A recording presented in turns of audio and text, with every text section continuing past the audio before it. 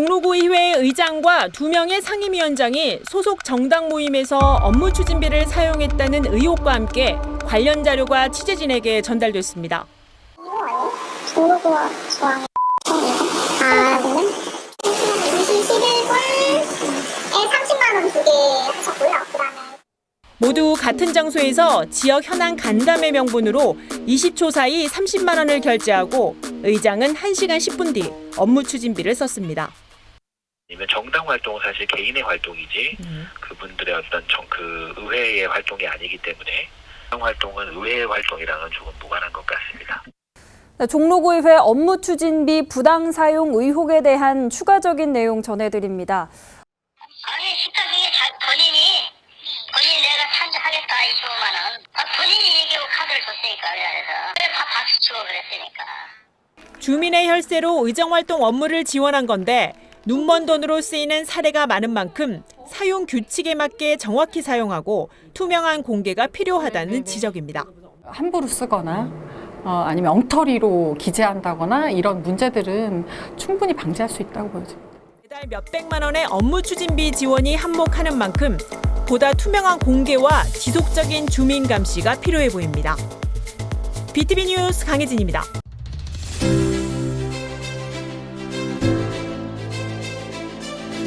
전쟁이 한창이던 1951년 주민들이 살고 있던 마을 옆 일대가 미군 전투기의 훈련 장소로 지정되면서 마을에는 폭발음이 울려 퍼지기 시작했습니다. 주민들이 죽거나 다치는 일도 잇따랐습니다. 탄을 떠트린 건데 사람한테 떨어져서 그래서 죽었어. 거기서 직사해서 죽었어. 1988년부터 주민들은 사격장 문제에 대한 목소리를 내기 시작했고 결국 지난 2005년 미군은 사격장 폐쇄를 결정하기에 이릅니다. 화성시는 사격장 부지 58만 제곱미터를 매입해 이 중 33만 제곱미터의 공원을 조성했습니다. 그 공원 조성하는데 730억 원 정도 든 거네요? 그쵸, 땅이랑 시설이랑 다 해서. 이 공원의 상황은 어떨까? 방문객을 맞이해야 할 안내센터에는 아무도 없습니다. 그 어디를 돌아다녀 봐도 그저 적막하기만 합니다. 공무원들이 마구잡이로 이렇게 조성을 하는 바람에 이건 혈세 낭비죠. 너무나 답답하고 화가 납니다. 시 관계자는 그러면서 방문객이 적은 문제점 개선을 위해 현재 준비 중에 있다며 매양리 평화생태공원 활성화 기본계획 용역이거든요. 공사 비용도 수십억 단위가 될 것으로 전망되지만 공원이 활성화될 수 있을 것인지는 장담할 수가 없습니다.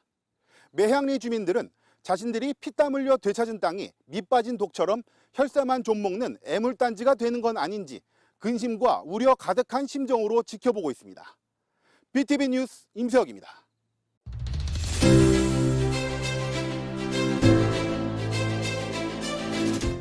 뙤약볕이 내리쬐는 8월 중순, 바다 위의 병원으로 불리는 병원선 경남 511호가 운항을 시작합니다.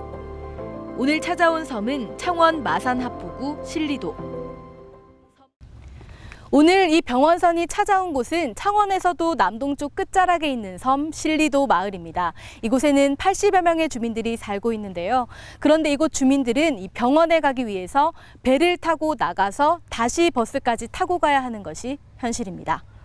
의령군 보건소에 근무하는 15주차 임신부 정세경 씨. 오늘 갑작스러운 통증에 찾아가는 산부인과 버스를 급히 들렀습니다.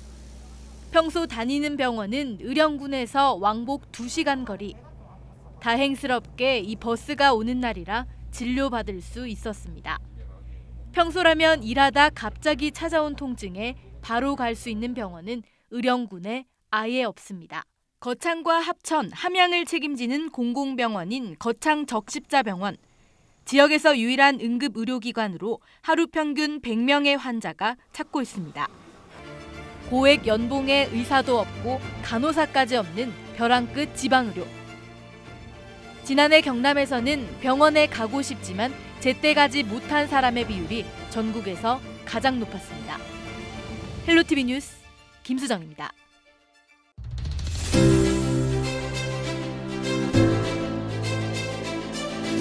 광명 시민들은 코앞에 보이는 출입구 대신 사성 보도교를 통해 9.16을 오가고 있습니다.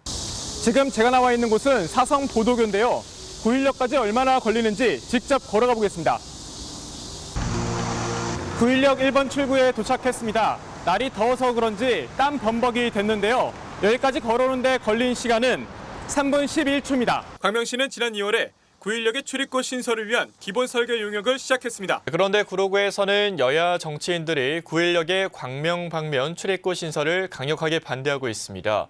인근 지역이 침수될 수 있는 위험을 초래할 수 있다. 더불어민주당 윤건영 국회의원은 구일역의 광명 방면 출입구 신설은 경제성이 낮아 필요성이 없는 사업이라고 말했습니다. 경제성이 낮게 나왔다면 이렇게 사업 추진은 어려울 것 같은데요. 네, 일단 중앙행정기관으로부터의 협조를 받는 것부터가 쉽지는 않아 보입니다. 광명 쪽만 출입구가 없는 것은 좀 형평성에 맞지 않다라는. 광명시에서 경제성 검토를 하고 있기 때문에 그 결과가 나오면 하는데 유관기관과의 협의 역시 넘어야 할 산입니다. 하천 점용 허가와 시설 변경, 도시 계획 인허가에 따른 협의입니다. 결국 관건은 침수 문제가 없는 출입구 신설안을 도출해 유관기관의 협의를 이끌어낼 수 있느냐 없냐입니다. 구청 홈페이지엔 출입구 신설을 막아달란 민원이 올라오고 있습니다. 18년간 구로구의 수건 사업이었던 구로 차량기지 이전 사업이 광명시의 완강한 반대로 결국 무산되면서 구일역의 광명 방면 출입구 신설은 두 지역 간의 2차 격전지가 됐습니다.